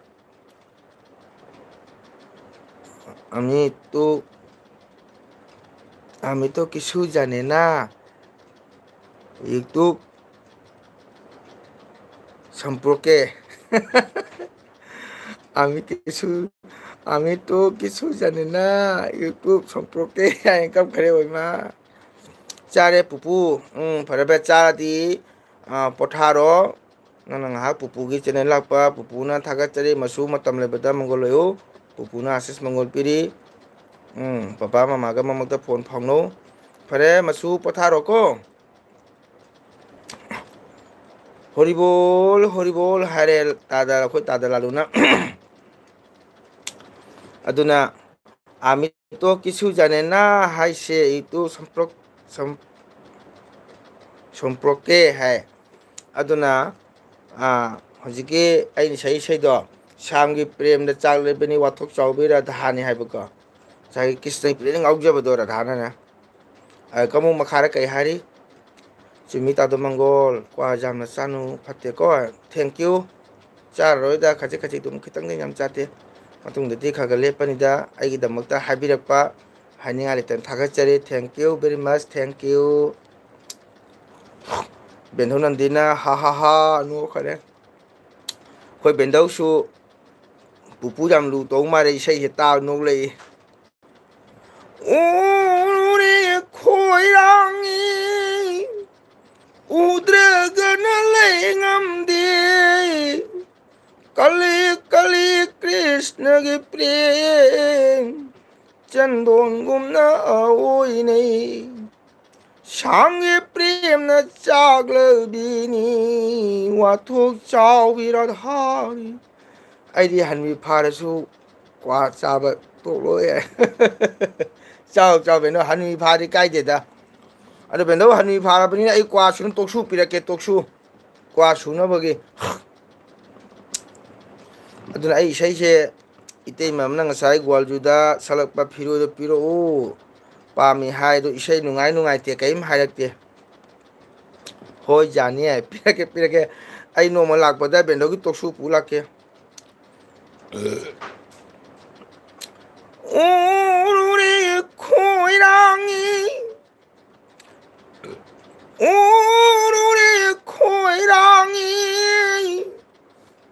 udragana lengam de kali kali krishna ge prem chandon gumna aoi nei samge prem na chagla dini wathok chau virat hani ko gite man nam nam pamje bima isai nungai te kamta comment tawaktre Malayana humbache kali haina ngange do lai bak thira dhadari paloi maina chakle de urure khoyangi udragan lengam de kali kali krishna ge prem chandon gumna hoi ni bendong nai ba ko chen cheli ko tan tali ani ta do dumaina khon phajaradi shota isai sakane nang di phana sai du di nang yam phai sai ai nai di nang gi short video jang no pura puli pa mi nai me akoi gana kari no ne mobile youtube jang no issue kan hai mi khamla nang comment dialogue to double tala duna radhe radhe jai krishna tada hari krishna matam pung trang khai ta dur ba nanauna isai hai bai te ma tem sakse ta dana tum cheng khang tum mam cheng khang bi raga gi isai ta bi ba ta da bu hani ngai dana raw mangona thaga che ta da jai krishna malayana humbache inni haina ngange da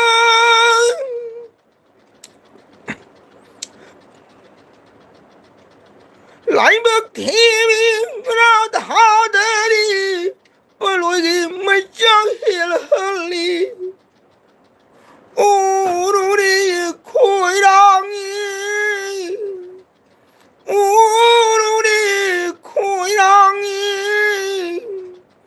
udragana lengam de ita udragana lengam de kali kali krishna ge prem chandon gumna ahoi nei 상의 프렘나 짝러비니 와톡 짜오비라 하니 따닝나 레람바 샤이니 잠누아 thank you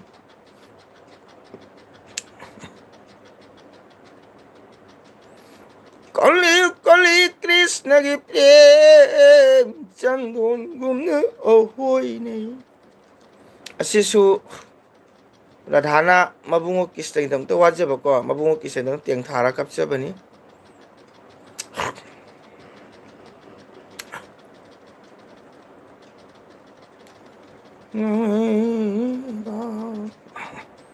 Masu Radhana mabungo Krishna da mabungo Krishna pe ngaujabada kai hai sagi sukla bonda langmaina ko in chalpa ko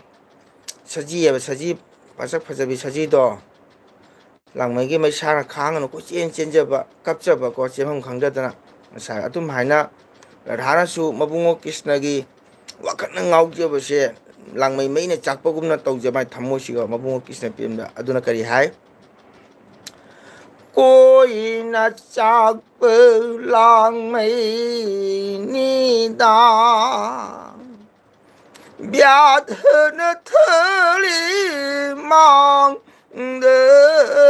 कोई न चाप लांग मई नीदा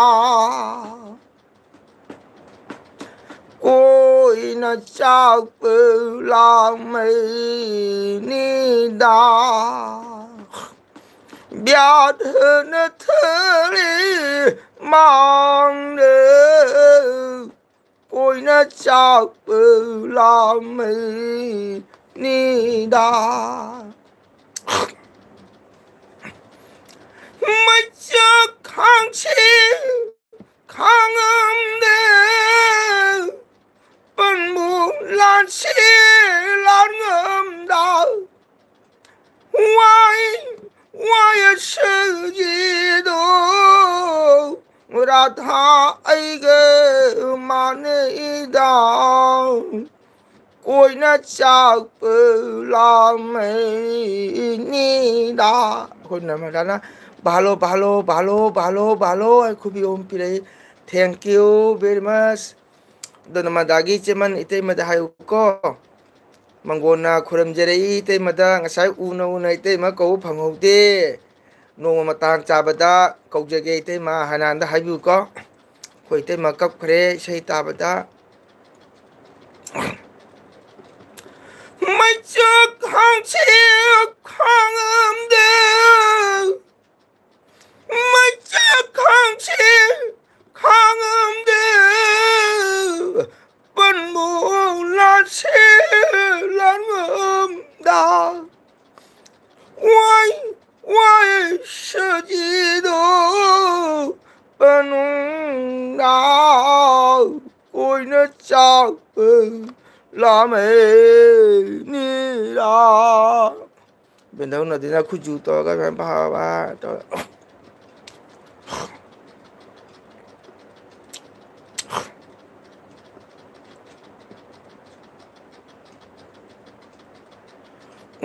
Isai jam phajabani tadamangol isai jam na phajai artha jam na lei ngasai maicha khangsi khangam da panbulan si langam da haibadi ngasai Krishna gi prem do ngasai Krishna mabungo gi prem ngaujaba mabungo prem da chakchaba ngasai san parmani ko maiche panji langen to lange su khanba lam su ngamda madugi maicha ado ngasai Krishna prem sina mu chakpa lam su ngam ham daba aduninda sagi khogi ojasine irami ba laik ta ko jamna artha leiba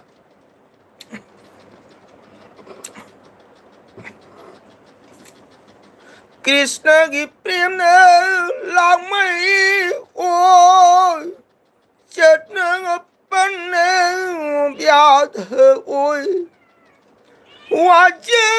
bi shaji do Ra tha ấy mà ni đê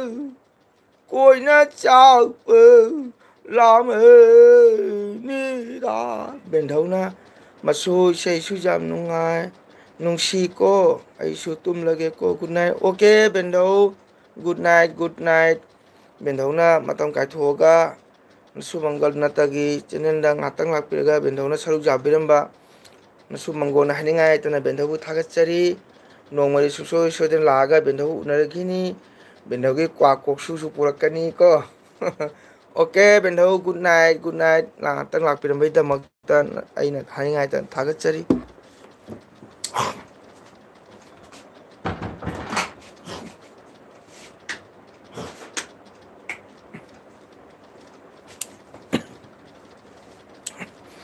कृष्णगी प्रेम लांगमई okay तादो मंगोल good night thank you नमदा good night ओरसी थेंग मतमसिदा अगी channel ngaktang laga sau jabiramबको हानिंगाय थागतचरी अदो नोंमदी अखोय उनसिको सिनाव आई ग्वानजू लाप मतमदा हनमदे ऑटोमेटिक आई साना सांकनी सिनाव वारी सानानी को ngasi una ngasagi phangtaba jamna pelahudre ngasi se oke good night orasi khong nabrusu phajana jengtho ado matam pumbada ko nomagi tatana video thangpa ngamba oisanu ko matam pungda mai pakpa maisu mayam taragi thogon phangba mayam mimangda video ma download toga mayamna miyang tahanba ngamba oibado ngasi nabamimta ima dugana su ke papi bin boresano matam pumada mai papa do oyuko ngasi go nati good night orege okay namada good night krishna gi prem nang lang mai o chợt nang अपन ब्याह ओय वाजरबी शजीरो Radha egg माने दे कोई न चाप लामे नीदा शाम प्रेम की मैं से करम न खांग शाम प्रेम की मैं से गुरु जो न बने प्रेम की मैंने चापने तांग करम न खांग शाम प्रेम की मैं से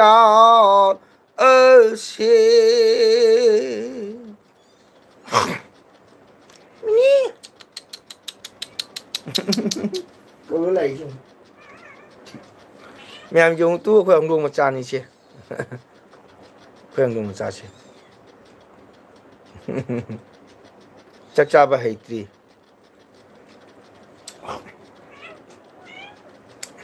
mẹ đang cái này đấy nè ama su la tu mari ni ko ahum poya bane amana ne sorok ta mine thadok piramba thang da nungai ta na pusalaga khoi da thamme sone ong tu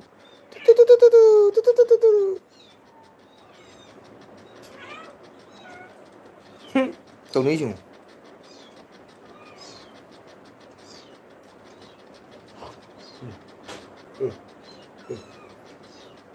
chắc chắn thì phim chừng liền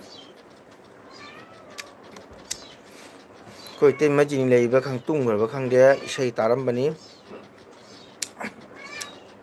guru jon xây bani prem gi mai chao bani tang karam na khang si sam prem gi mai chao Hare Krishna Dada nào na hãy ngay tên này Radhe Radhe Dada bảo lấy birami ai kì say ta vậy đó Bidhi na imi lam dabara lại bước thi mi radha de nungai besheruk tâm biram de Guru Jon chay bane prem gi mai ne chao bane ita karam na khang si ge sam प्रेम की मई चाल से अमा ऐ लौरगे अखोई हौदोंग सिदोखरे ओ पीरगा लोरे कहीं नचो मी लोई चरा खरे अखोई तादागा अखोई ते मतंगारे ऐ लो सलदा मिदा ngатang sei pamjaba kutte manako dum ai sagan tahan bani radhana mabungo krishna jam ngaujare mabungo krishna darshan phangdre mabungo u phangta ma mathwai chakpatagi mata sakhi da haire ta ai brajada bindabun lejaroi ai chakrage ai jogi phije sechal laga kutta mala paraga joga sonda lengchilaga krishna gi नाम सोना कृष्ण ध्यान तौदना आइगी पुंसी लेंजगे अदो इमा गोपी सिंह हारिम धाना होरेन अखोई इमा विश्व भानुना हांगागा उदे खंगदे हाइना तंबिउ कोइता हाइना राधाना cup cup कई हारे इता योगिनी ओइदुने योगिनी ओइदुने योगा सोंद फमदुने कृष्ण ध्यान बुतौरदुने राधा की पुंसी लेंजगे योगिनी ओइदुना योगिनी ओइदुने योगा सोंद योगा सोंद फमदुने कृष्ण ध्यान बुतौरदुने राधा की पुंसी लेंजगे योगिनी सोहलरोय इमा विश्व भानुने हम लग लगदी खंगे उदे तमियो योगिनी ओइदोना हल्लरोय हल्लरोय इताव हल्लरोय योमदे हल्लरोय इमा विश्व भानुने हम लग लगदी खंगे उदे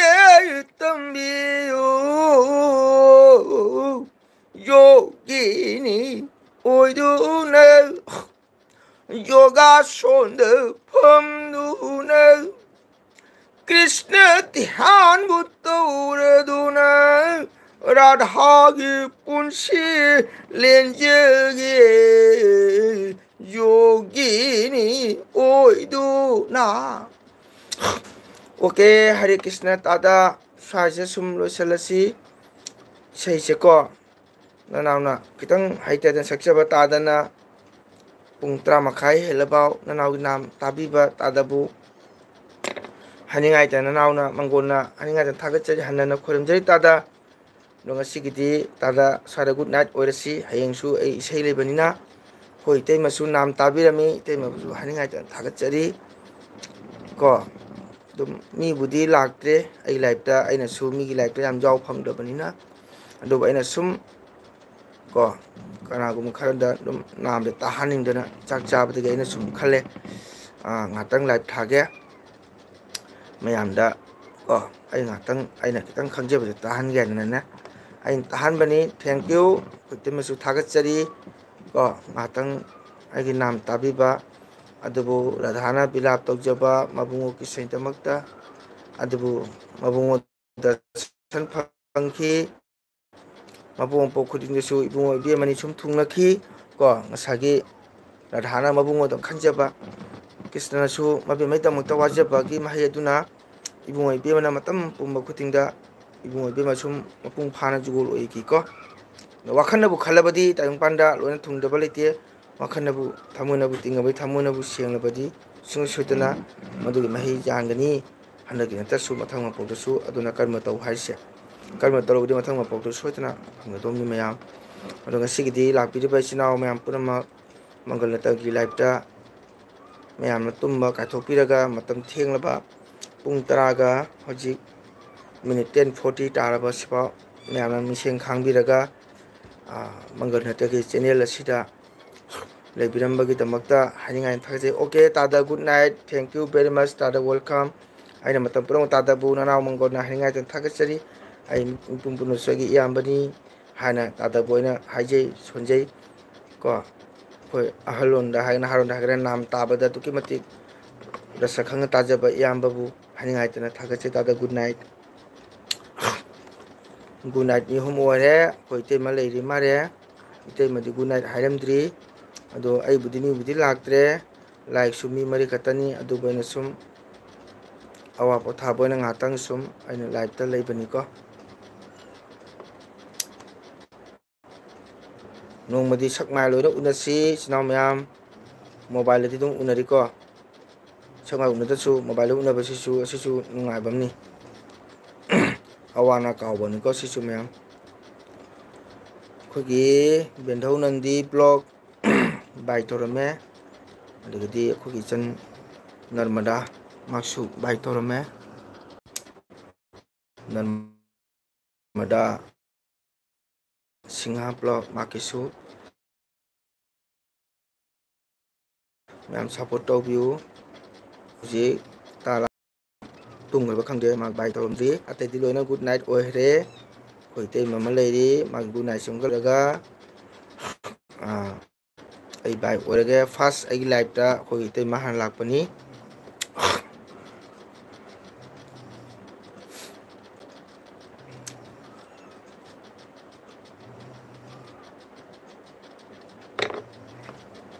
ꯅꯪ ꯑꯃꯨꯛ ꯊꯣꯛꯂꯛꯄꯅꯦ. ꯅꯤꯡꯖꯥ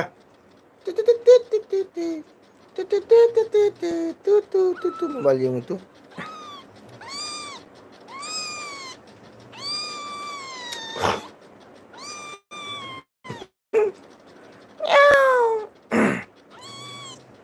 ꯀꯩꯅꯣ ꯀꯩꯅꯣꯅꯦ ꯀꯨꯝꯒꯦꯔꯥ? ꯆꯠ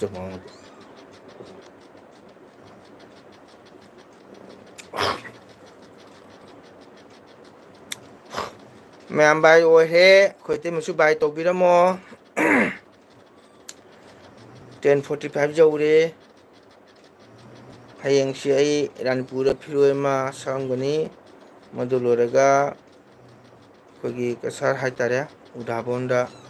ꯂꯨꯍꯣꯡꯕ ꯆꯠꯀꯅꯤ. ꯑꯗꯨꯗ ꯄꯣꯊꯥꯔꯒꯦ. ꯃꯌꯥꯝꯗꯤ ꯕꯥꯏ ꯇꯧꯔꯝꯃꯦ. ꯑꯩꯈꯣꯏ ꯏꯇꯩꯃ ꯇꯨꯝꯈ꯭ꯔꯕ ꯀꯩꯅꯣ?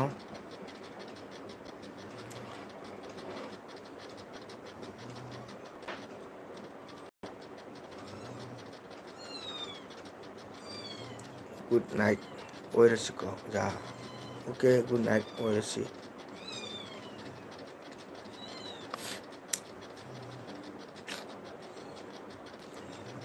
ꯒꯨꯗ ꯅꯥꯏꯠ ꯑꯣꯏꯈꯔꯦ ꯃꯌꯥꯝ. ꯑꯗꯣ ꯃꯤꯅꯤꯠ 5ꯇꯪꯒ ꯂꯩꯈꯤꯒꯦ.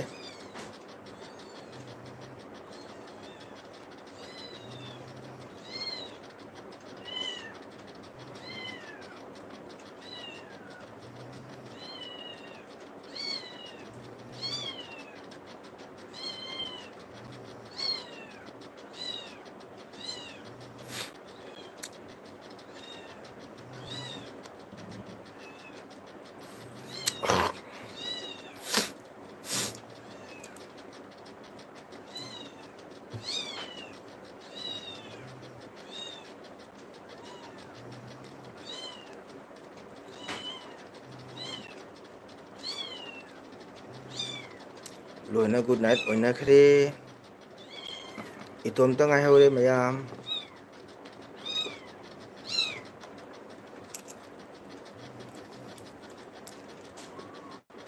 ꯏꯆꯤꯟ ꯏꯅꯥꯎ ꯂꯣꯏꯅ ꯒꯨꯗ ꯅꯥꯏꯠ ꯑꯣꯏꯅꯈ꯭ꯔꯦ.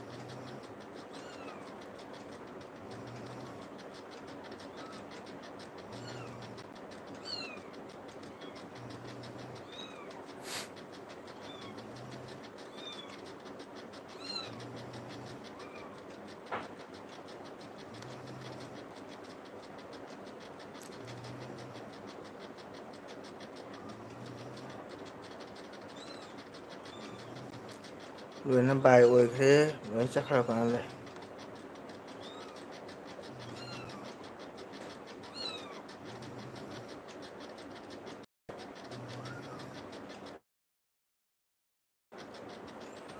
ꯃꯌꯥꯝ ꯕꯥꯏ ꯑꯣꯏꯔꯕꯅꯤꯅ ꯑꯩꯅ ꯋꯥꯁꯨ ꯋꯥꯅ ꯂꯩꯕꯁꯦ ꯃꯌꯥꯝ ꯂꯩꯔꯝꯃꯒꯗꯤ ꯒꯨꯗ ꯅꯥꯏꯠ ꯑꯣꯏꯔꯁꯨ ꯂꯩ ꯍꯥꯏꯅ ꯑꯝꯇꯪꯗꯤ ꯍꯥꯏꯕꯤꯔꯝꯃꯨꯀꯣ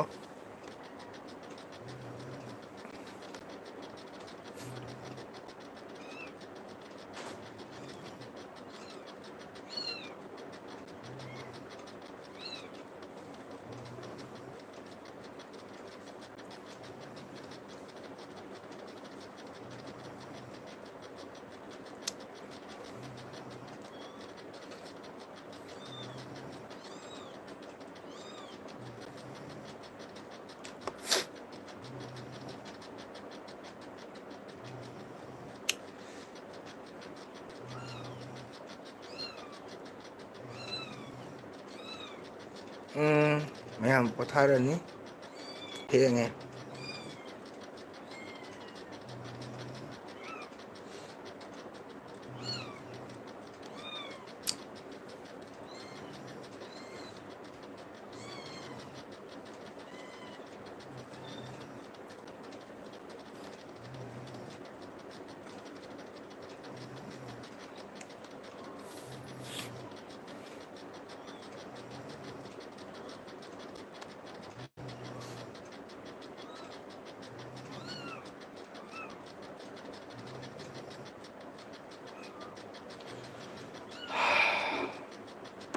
ꯃꯌꯥꯝ ꯂꯣꯏꯅ ꯄꯣꯊꯥꯅꯈ꯭ꯔꯦ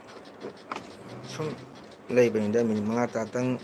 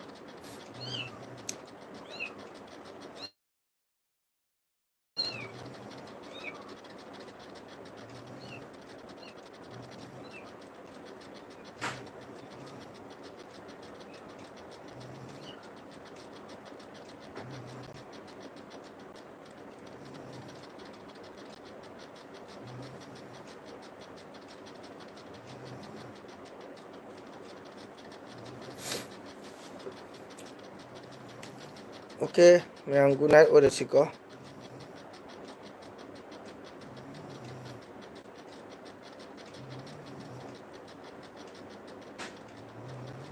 좀 뚫는데다나 선물해 보니다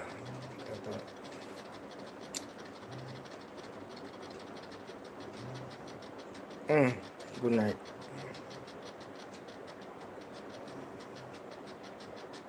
오케이 good night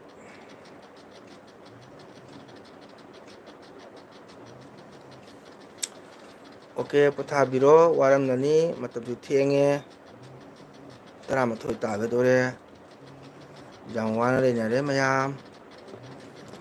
아이 좀 레이버니다 뚜무자다는거 오케이 이 따레 같은 레이게 이 따레 같은 레이가 로살라게 와람니 마얌 포탑비로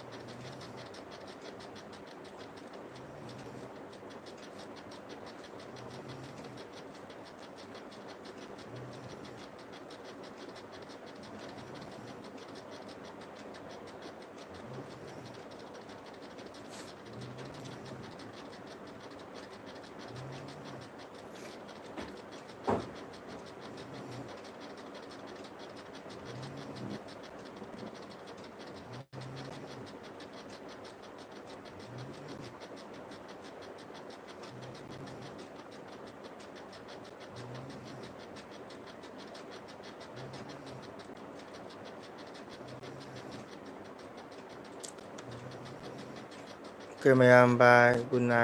नाइट मैम लोइसलगे को